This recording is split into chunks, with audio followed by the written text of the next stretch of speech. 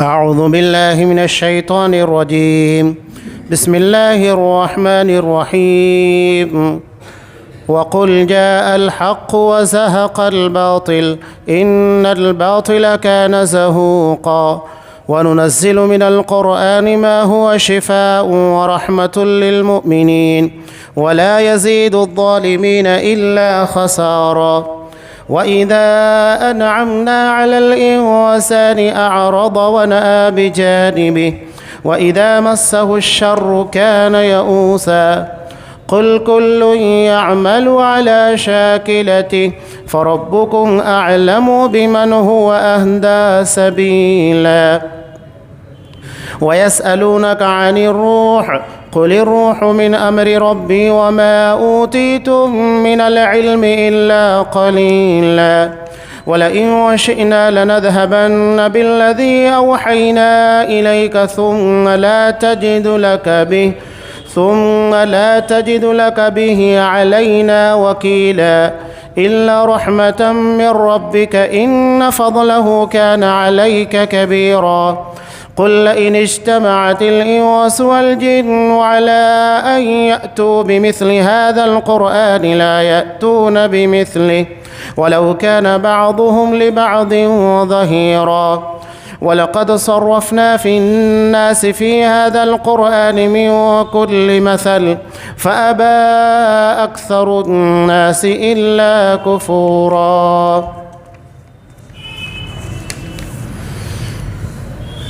اور کہیے کہ حق آ گیا اور باطل بھاگ کھڑا ہوا، اور باطل تو ہے ہی بھاگ نکلنے والا، اور ہم قرآن میں جو کچھ نازل کرتے ہیں وہ مومنوں کے لیے تو شفا اور رحمت ہے، مگر ظالموں کے خسارہ میں ہی اضافہ کرتا ہے۔ اور جب ہم انسان پر انعام کرتے ہیں تو منہ پھیرتا اور اپنا پہلو موڑ لیتا ہے، اور جب اسے کوئی مصیبت پڑتی ہے تو مایوس ہو کر رہ جاتا ہے۔ آپ ان سے کہیے کہ ہر کوئی اپنی طبیعت سوچ کے مطابق عمل کرتا ہے، لہذا تمہارا پروردگار ہی خوب جانتا ہے کہ کون زیادہ سیدھی راہ چل رہا ہے۔ لوگ آپ سے روح کے متعلق سوال کرتے ہیں، آپ ان سے کہیے کہ روح میرے پروردگار کا حکم ہے، اور تمہیں تو بس تھوڑا سا علم دیا گیا ہے، اور جو کچھ ہم نے آپ کی طرف وحی کی ہے اگر ہم چاہیں تو اسے لے جائے، پھر ہمارے مقابلے میں آپ کو کوئی ایسا مددگار نہ ملے گا جو اسے واپس لا سکے، الا یہ کہ آپ کا پروردگار ہی مہربانی فرما دے، کیونکہ آپ پر اس کا بہت بڑا فضل ہے۔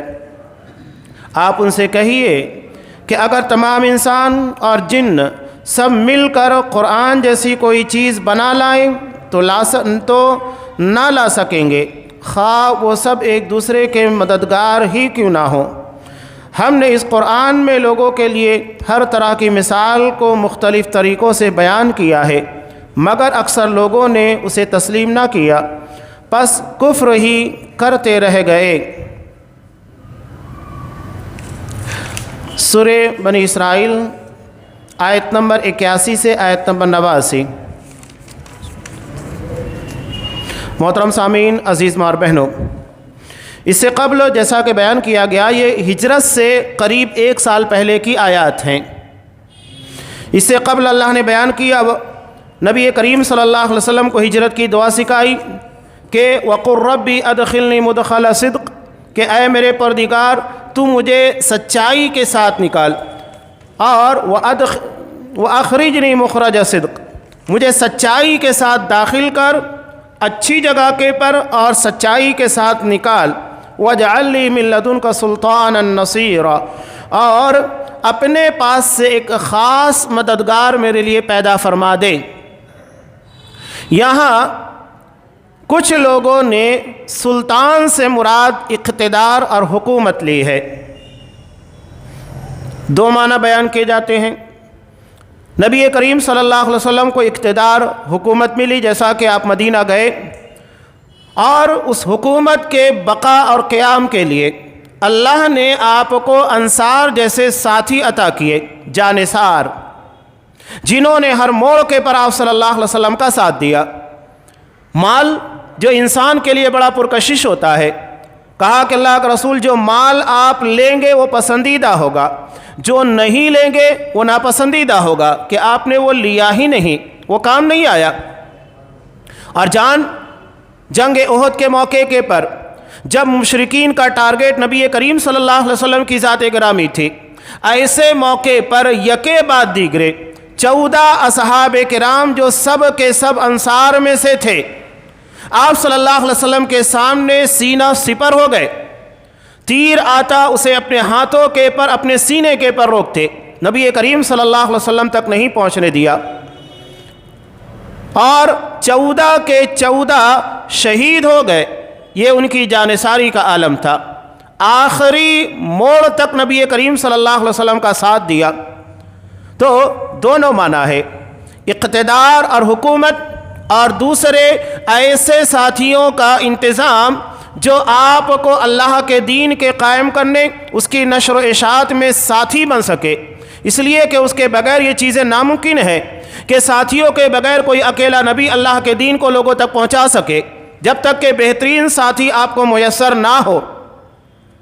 تو یہ دونوں چیزیں یہاں پر مراد ہیں۔ اب آگے جو آیت ہے وَقُلْ جَاءَ الْحَقُّ وَزَهَقَ الْبَاطِلُ، کہہ دو حق آ گیا اور باطل مٹ گیا، اور باطل تو مٹنے والی چیز ہی ہے، آج نہیں کل تو اسے مٹنا ہے، وہ بقا کے لیے، ہمیشگی کے لیے نہیں آیا ہوا ہے۔ اب یہ آیت جو آپ صلی اللہ علیہ وسلم کے پر نازل بھی، یہ مکہ کی ہے، جبکہ یہ مدینہ کی ہے۔ یہاں مکی اور مدنی صورتوں کے درمیان ایک بڑا فرق ہے، یاد رکھیے گا۔ ہجرت سے پہلے جتنی آیات اور جتنی صورتیں نازل ہوئیں انہیں مکی کہا جاتا ہے، اور ہجرت کے بعد جتنی آیات اور صورتیں نازل ہوئیں ان سب کو مدنی کہا جاتا ہے، چاہے وہ مدینہ کے باہر ہی کیوں نہ نازل ہوئی۔ حالانکہ دیکھا جائے یہ آیت آپ صلی اللہ علیہ وسلم مکہ میں داخل ہونے کے بعد فتح مکہ کے موقع کے پر تلاوت فرما رہے تھے، اس وقت نازل ہوئی، لیکن اس کے باوجود اسے مدنی کہا جاتا ہے، اس لیے کہ ہجرت کے بعد نازل ہوئی ہے۔ قرآنی صورتوں میں بہت ساری صورتیں ایسی ہیں جو زیادہ تر مدنی آیات کے پر مشتمل ہے، اور کچھ آیتیں اس میں موقع کی مناسبت سے مکی بھی شامل کر دی گئی ہیں۔ ایسے ہی بعض صورتیں ایسی ہیں جو مکمل طور کے پر مکی ہیں، لیکن کچھ آیتیں اس کے اندر مدینہ کے اندر نازل ہوئی اور موقع کی مناسبت سے اسے وہاں شامل کر دیا گیا۔ یہ آیت بھی اسی طرح کی ہے۔ اس ضمن میں 3 روایت شیخ عبد الرحمن کیلانی رحمہ اللہ نے بیان کی۔ پہلی روایت حضرت عبداللہ ابن مسعود رضی اللہ تعالیٰ عنہ سے، کہتے ہیں کہ جب مکہ فتح ہوا اور آپ صلی اللہ علیہ وسلم مکہ میں داخل ہوئے تو اس وقت کعبہ کے گرد 360 بت نصب تھے۔ آپ کے ہاتھ میں چھڑی تھی، آپ صلی اللہ علیہ وسلم اس سے ان بتوں کو ٹھوکا دیتے، یعنی جھٹکا دے رہے تھے، اور فرماتے جاتے وَقُلْ جَاءَ الْحَقُّ وَزَهَقَ الْبَاطِلُ إِنَّ الْبَاطِلَ كَانَ زَهُوقًا، کہ حق آ گیا، باطل مٹ گیا، اور باطل کو تو مٹنا ہی تھا۔ دوسری آیت آپ صلی اللہ علیہ وسلم نے تلاوت فرمائی جو کہ دوسری سورہ کے ہے، سورہ فاتر کی ہے، کہ جاء الحق وما يبدئ الباطل وما يعيد، کہ حق آ گیا، اب باطل غالب نہیں آ سکتا، نہ دوبارہ پلٹ کر یہاں پر آنے والا ہے۔ یہ بخاری کی روایت۔ دوسری روایت بخاری ہی کی ہے جو حضرت عبداللہ ابن عباس رضی اللہ تعالیٰ عنہ سے مروی ہے کہ آپ صلی اللہ علیہ وسلم نے کعبۃ اللہ میں تصویریں دیکھیں تو آپ اس میں داخل نہیں ہوئے، یہاں تک کہ آپ کے حکم سے ساری تصویریں مٹا دی گئیں، اور آپ صلی اللہ علیہ وسلم نے ابراہیم علیہ السلام اور اسماعیل علیہ السلام کی تصویریں دیکھیں جن کے ہاتھوں میں تیر تھے۔ آپ صلی اللہ علیہ وسلم نے فرمایا اللہ کی قسم انہوں نے کبھی تیروں سے فال نہیں لی تھی۔ یہ بھی بخاری کی روایت ہے۔ تیسری روایت حضرت عبداللہ ابن عباس رضی اللہ تعالیٰ عنہ سے مروی ہے کہ جب آپ صلی اللہ علیہ وسلم بیت اللہ میں داخل ہوئے تو وہاں سیدنا ابراہیم علیہ السلام اور حضرت مریم علیہ السلام کی تصویریں دیکھیں۔ تو آپ نے فرمایا قریش کے کافروں کو کیا ہو گیا ہے؟ وہ تو سن چکے ہیں کہ جس گھر میں مورتیں ہوں وہاں فرشتے داخل نہیں ہوتے۔ یہ ابراہیم علیہ السلام کی تصویر ہے، ان کو کیا ہوا؟ بھلا وہ پانسوں کے تیر سے کیوں فال لیا کرتے تھے؟ بخاری کی روایتیں تینوں کے تینوں۔ اور آپ صلی اللہ علیہ وسلم نے اس وقت اسی آیت کو تلاوت کیا جب آپ کعبۃ اللہ کے اندر داخل ہوئے، اور آپ کے ہاتھ میں عصا تھی اور اسی سے ان بتوں کو گراتے جا رہے تھے، مٹاتے جا رہے تھے۔ یہاں نبی کریم صلی اللہ علیہ وسلم کے تعلق سے ایک بات دوسری روایت میں اور بھی ملتی ہے کہ آپ جوتا پہنے ہوئے تھے، آپ کے پیر میں کعبۃ اللہ میں داخلے کے وقت جوتا تھا اور ہاتھوں کے اندر عصا چھڑی تھی۔ کافی پرانی بات ہے، تقریباً 9 یا 10 سال پرانی۔ شاہ سلمان حفظہ اللہ جو سعودی عرب کے فرما روا ہے، جب یہ کعبۃ اللہ میں داخل ہوئے، حالانکہ اس وقت ان کے پر پیرانہ سالی نہیں تھی اور عصا لے کر نہیں چلا کرتے تھے، اس کے باوجود وہ اپنے ہاتھوں میں عصا لیے ہوئے تھے اور پیر میں جوتا پہنے ہوئے تھے۔ یہ محض نبی کریم صلی اللہ علیہ وسلم کی سنت سے محبت تھی۔ لوگوں نے اس کے اوپر اعتراض کرنا شروع کر دیا کہ کعبۃ اللہ کے اندر جوتا پہن کر، وہ تمہاری طرح جوتا نہیں ہوتا ہے، وہ تو جوتا تمہاری عقلوں کے پر مارنے کے لیے ہے۔ جب احادیث پیش کی گئی، جب ان کے منہ کے پر تالے لگے کہ آپ صلی اللہ علیہ وسلم بھی کعبۃ اللہ میں داخلے کے وقت جوتا پہنے ہوئے تھے اور ہاتھوں میں آپ کے چھڑی تھی، جیسا کہ یہاں روایت سے معلوم ہوتا ہے، تو احادیث کا آپ صلی اللہ علیہ وسلم کی سنتوں کا گہرا علم رکھتے ہیں، وہ علماء ہوتے ہیں، حفاظ ہوتے ہیں۔ ایسا نہیں ہے کہ تمہارے حکمرانوں کی طرح جاہل جنہیں دین نہیں سمجھتا، جنہیں عقیدہ نہیں سمجھتا، بس لوگوں کے اوپر حکومت کرنا، اقتدار کرنا، الٹی سیدھی سیاست کرنا، یہ ان لوگوں کا مقصد ہو نہیں۔ اللہ نے اس مقام تک جب انہیں پہنچایا تو اپنے دین کا عالم بنا کر اور قرآن مجید کا حافظ بنا کر وہاں تک پہنچایا ہے۔ تو یہ آیت نازل ہوئی تھی جو کہ مکہ کے اندر ہے، لیکن مدنی دور کی ہے، اس اعتبار سے اس کو مدنی ہی کہا جاتا ہے۔ آگے اللہ بیان فرما رہا ہے وَنُنَزِّلُ مِنَ الْقُرْآنِ مَا هُوَ شِفَاءٌ، قرآن مجید ہم نازل کرتے ہیں جس میں شفا ہے اور مومنوں کے لیے رحمت ہے، اور اس سے ظالموں کا صرف خسارہ ہی ہوتا ہے۔ اب قرآن مجید مومن پڑھتا ہے، قرآن مجید ایک غیر مسلم سنتا ہے، ظالم سنتے ہیں۔ قرآن مجید جب ایک مومن پڑھتا ہے تو نتیجہ کیا ہوتا ہے؟ اس کی محبت، اس کے ایمان، اس کی رحمت و شفقت کے اندر اضافہ ہوتا ہے، اور کافر جیسے جیسے سنتا ہے اتنا وہ قرآن کے تعلق سے حسد، کینہ، بغض، ان ساری چیزوں کا شکار ہوتا ہے۔ اور کس سے؟ اللہ کے کلام سے۔ اللہ تبارک و تعالیٰ نے جس کلام کو اتنے اہتمام کے ساتھ نازل کیا، اس کے ساتھ اس طرح کا رویہ اللہ کیسے اسے گوارا کرے گا؟ تو قرآن شفا ہے، یعنی دلوں کے اندر جو بیماریاں پائی جاتی ہے، کفروں کی، شرکوں کی، نفاق کی، حسد، بغض، نفرت، یہ ساری چیزوں کو قرآن مجید صاف کر دیتا ہے، اس کا علاج کرتا ہے، اور ظالم جو اس سے علاج نہیں کرنا چاہتے ان کی بیماریوں میں مزید اضافہ ہو جاتا ہے۔ آگے اللہ انسان کے تعلق سے بیان کر رہا ہے کہ وَإِذَا أَنْعَمْنَا عَلَى الْإِنسَانِ أَعْرَضَ وَنَأَى بِجَانِبِهِ، جب ہم انسان پر انعام کرتے ہیں تو منہ پھیرتا اور اپنا پہلو موڑ لیتا ہے، اور جب اسے کوئی مصیبت پڑتی ہے تو مایوس ہو کر رہ جاتا ہے۔ اس کے بعد اللہ نے کہا آپ ان سے کہیے ہر کوئی اپنی طبیعت، سوچ کے مطابق عمل کرتا ہے، لہذا تمہارا پروردگار یہ خوب جانتا ہے کہ کون زیادہ سیدھی راہ چل رہا ہے۔ اب یہاں ایک مثال بہت پیاری ہے۔ قرآن نے کہا کہ قُلْ كُلٌّ يَعْمَلُ عَلَى شَاكِلَتِهِ، ہر کوئی اپنے طریقے کے مطابق کام کر رہا ہے۔ اب مثلاً ایک شخص لوگوں کے سامنے اعلانیہ صدقہ دیتا ہے، اعلانیہ تعاون کرتا ہے، اچھے کاموں میں خرچ کرتا ہے، اس کی نیت اور اس کا ارادہ یہ ہے تاکہ دوسروں کو ترغیب ملے اور دوسرے بھی اپنا مال اللہ کی راہ میں خرچ کرے، نیت اچھی ہے۔ اور اسی طرح ایک شخص اپنے صدقہ و خیرات کو چھپاتا ہے اور اس کی نیت اور اس کا ارادہ یہ ہے کہ میرے عمل کے اندر ریاکاری پیدا نہ ہو تاکہ میرا یہ عمل ضائع نہ ہو، اس کا بھی عمل اچھا ہے، طریقہ جدا جدا ہے، ایک اعلانیہ لوگوں کے سامنے خرچ کر رہا ہے اور ایک خفیہ طور کے پر لوگوں کی نگاہوں سے بچ کر کرتا ہے۔ چونکہ نیت کے اندر فطور نہیں ہے، نیتوں کے اندر اخلاص ہے، اس لیے عمل اللہ کے یہاں مقبول ہوگا۔ یہ طریقہ جدا جدا ہے۔ اب ایک مثال، جیسا کہ نبی کریم صلی اللہ علیہ وسلم رات کے وقت نکلے تو آپ نے دیکھا حضرت ابو بکر صدیق رضی اللہ تعالیٰ عنہ یہ قرآن مجید بہت آہستگی کے ساتھ اور دھیمی آواز میں پڑھ رہے ہیں، آواز زیادہ دور تک نہیں جا رہی ہے۔ آپ صلی اللہ علیہ وسلم نے پوچھا کہ ابو بکر اتنا آہستگی کے ساتھ اور اتنی پست آواز کے ساتھ قرآن مجید کیوں تلاوت کر رہے ہو؟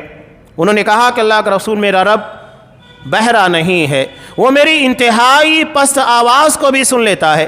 آپ صلی اللہ علیہ وسلم نے کچھ نہیں کہا، آگے بڑھے تو حضرت عمر فاروق رضی اللہ تعالیٰ عنہ ان کے گھر کے پاس پہنچے، یہ بلند آواز سے قرآن مجید کی تلاوت کر رہے تھے، تو کہا کہ عمر اتنی زور سے اور بلند آواز کے ساتھ قرآن مجید کی تلاوت کیوں کر رہے ہو؟ انہوں نے کہا کہ اللہ کے رسول، میں اپنے اطراف میں رہنے والوں کو جگاتا ہوں تاکہ وہ میری آواز سن کر اٹھ جائیں، نماز تہجد ادا کریں اور قرآن مجید کی تلاوت کریں، اور شیطان کو بھگاتا ہوں۔ آپ نے دونوں کو اپنی جگہ کے پر برقرار رکھا۔ طریقہ جدا جدا ہے، نیت میں دیکھا جائے نیت میں بھی اچھائی ہے، بس اتنا ہے کہ ارادوں کے اندر فرق ہے۔ ایک یہ سوچتا ہے کہ میرا رب میری آہستہ آواز کو بھی سنتا ہے، اور دوسرا یہ کہتا ہے اس کا مقصد یہ ہے کہ دوسرے اس آواز سے بیدار ہو جائیں اور اس عبادت کے اندر شریک ہو جائے۔ تو ہر کوئی اپنے طریقے کے مطابق عمل کر رہا ہے، بس نیتوں کے اندر اخلاص ہونا چاہیے، یہ چیز سب سے زیادہ اہمیت رکھتی ہے۔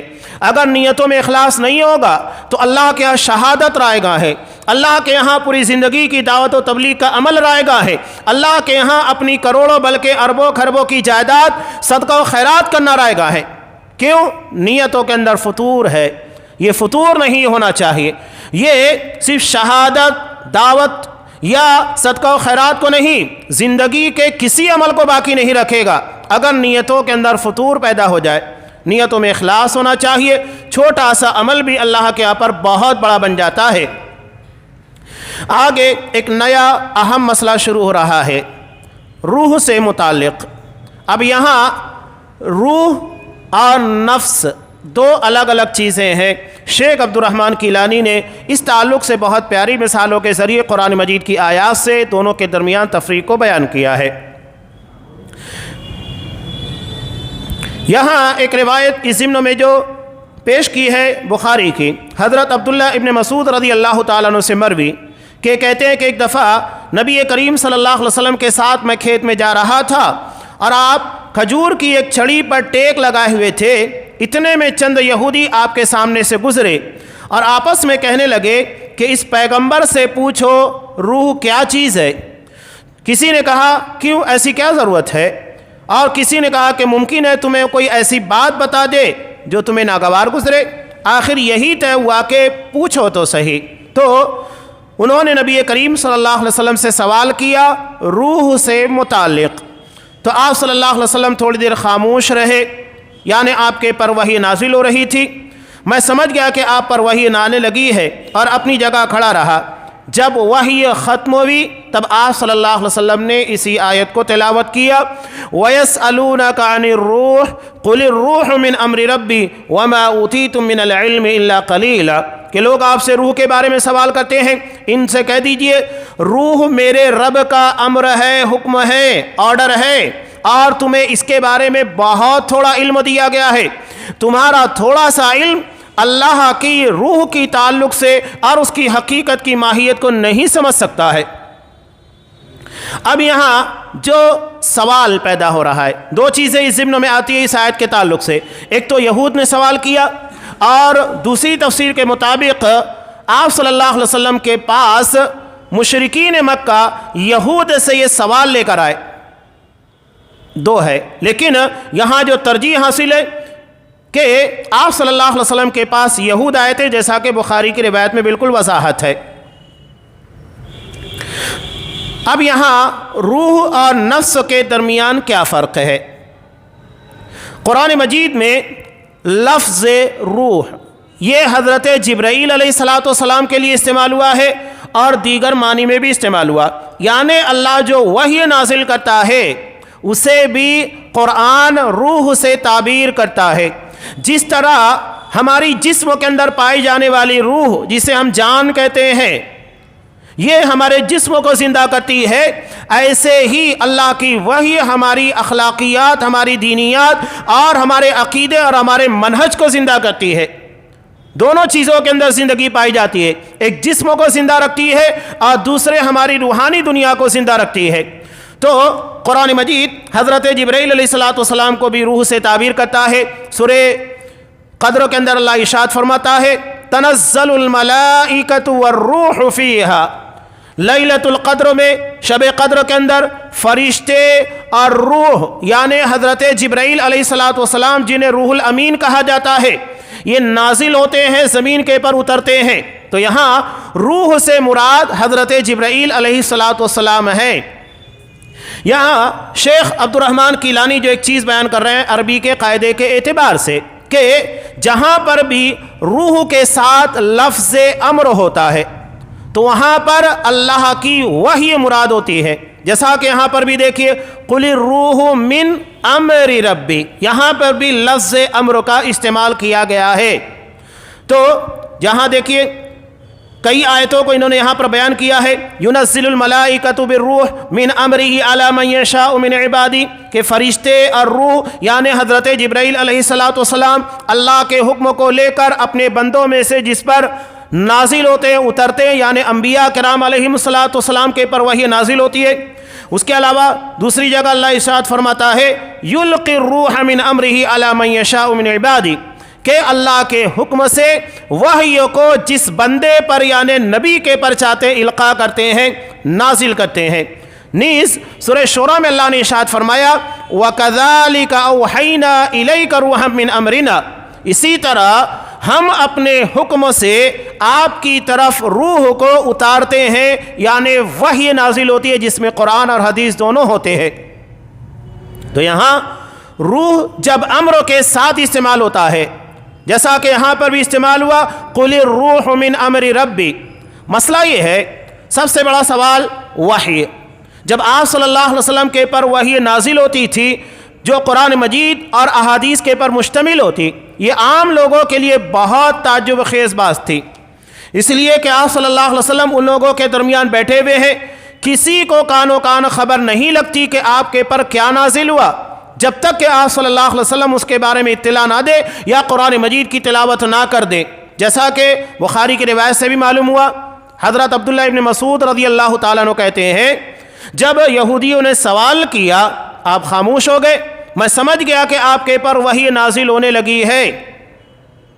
کیفیت جدا جدا ہوتی تھی، سخت سردی کی راتوں میں آپ صلی اللہ علیہ وسلم کے پر جب وحی نازل ہوتی تو پسینے چھوٹ جایا کرتے تھے۔ ایک مرتبہ حضرت عائشہ رضی اللہ تعالیٰ عنہ کے زانو مبارک کے پر آپ سر رکھے ہوئے تھے، اسی حالت میں وحی نازل ہونے لگی۔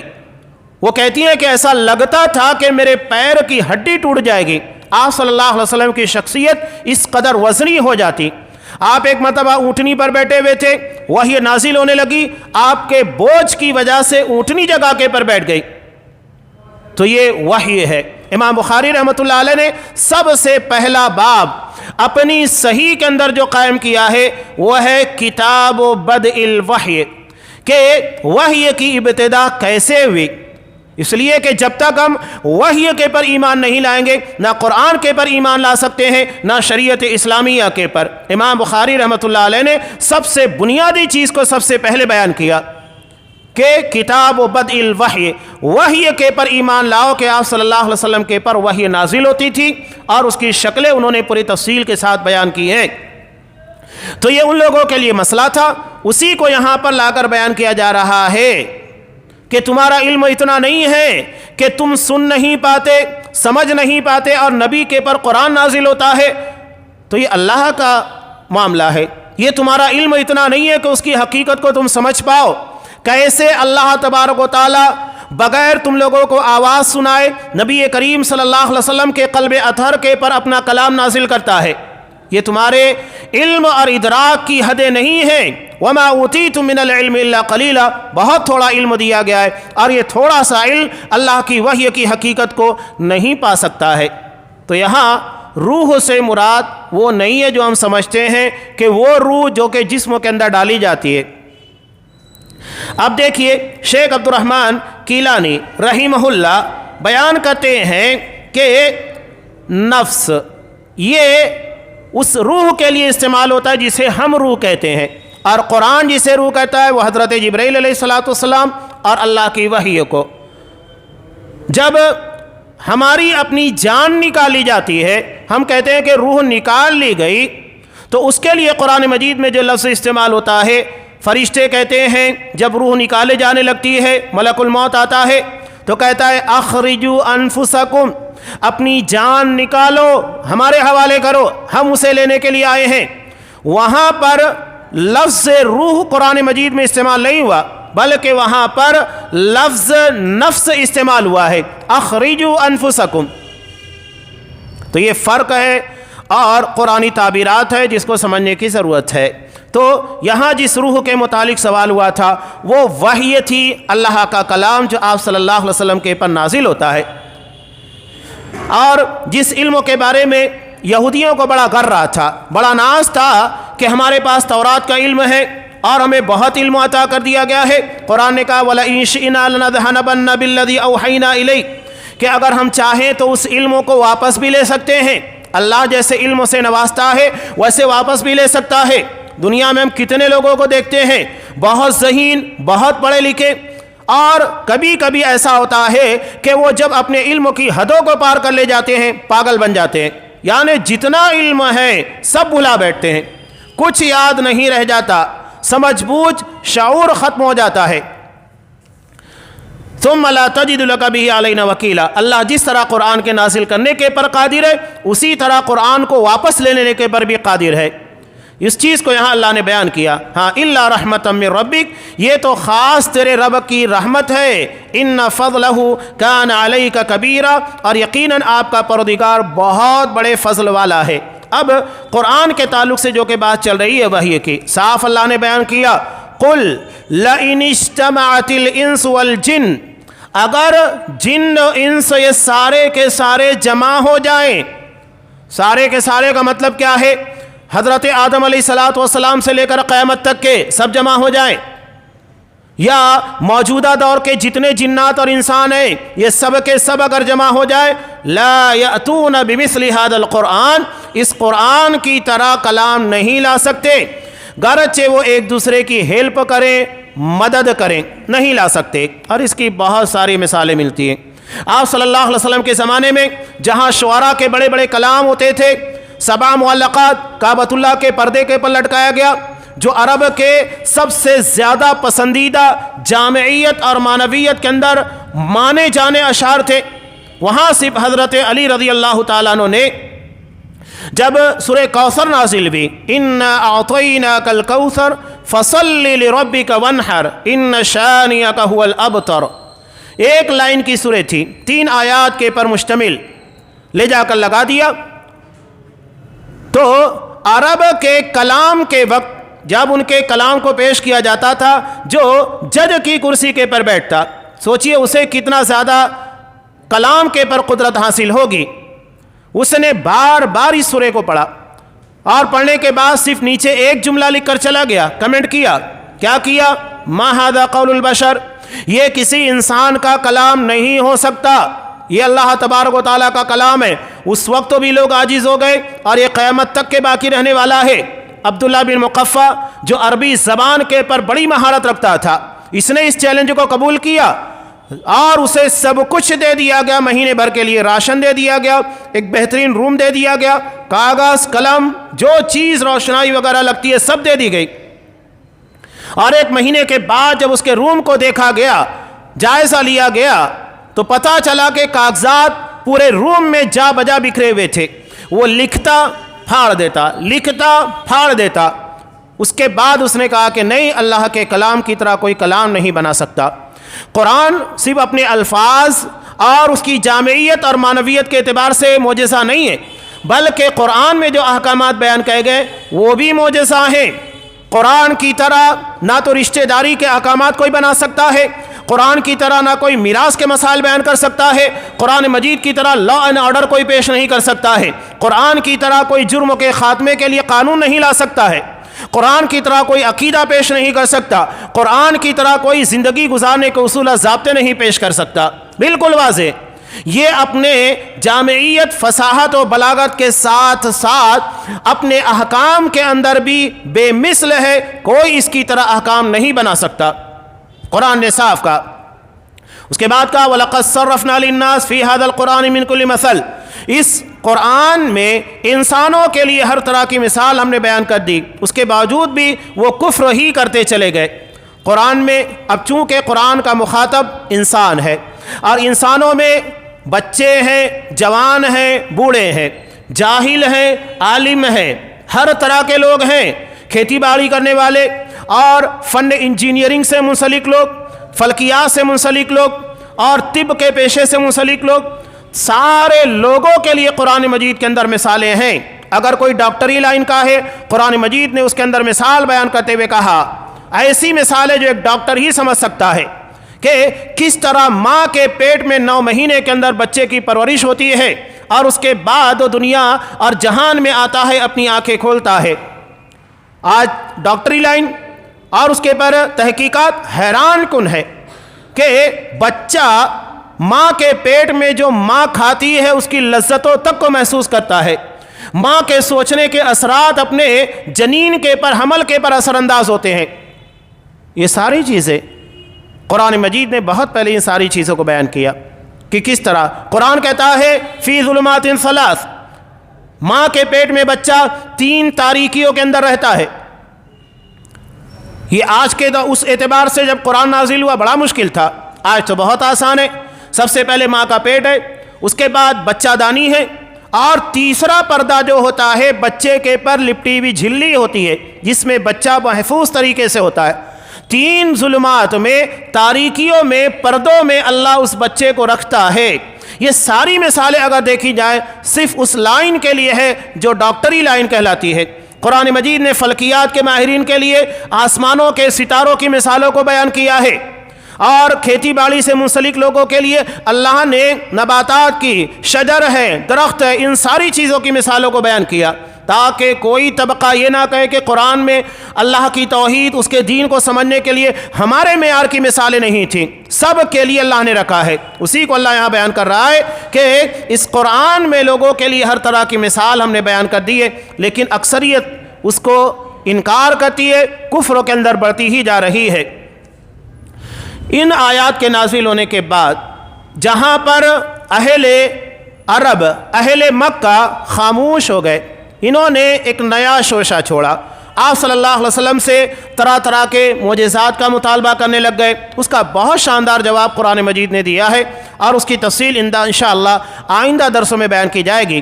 اللہ تبارک و تعالیٰ سے دعا ہے کہ اس کلام کی حقیقت اور اس کی معنویت جیسا کہ آپ نے بیان کی ہے، آپ کی احادیث اور اصحاب کرام کے فہم کے مطابق ان چیزوں کو سمجھنے کی توفیق دے، اور اس کے پر جیسا ایمان اور عمل کا تقاضا ہے اللہ ہمیں ان تقاضوں کو پورا کرنے کی توفیق عنایت فرمائے۔